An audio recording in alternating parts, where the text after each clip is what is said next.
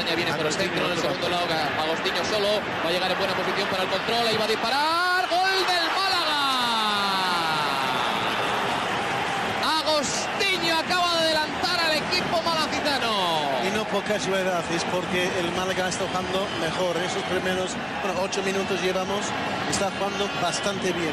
En defensa firme, muy bien planteado su terreno de juego y su contragolpe, pues mortal como hemos visto ahora. Cataña ha llegado 3 veces, es el primero, pero el primer espacio que tiene Agostinho. Propiciado entre otras cosas por el desmarque hacia el primer palo de Cataña. Sí. Que obliga a correr a la defensa del Barcelona hacia el lado izquierdo de su posición defensiva y deja toda la espalda de Reisiger. Resolvió de esa manera Agostinho. La de los Santos, baja la pelota de bien y la orienta hacia el costado izquierdo. Aguantó Edgar la entrada, atención que se va a presentar solo, va a disparar.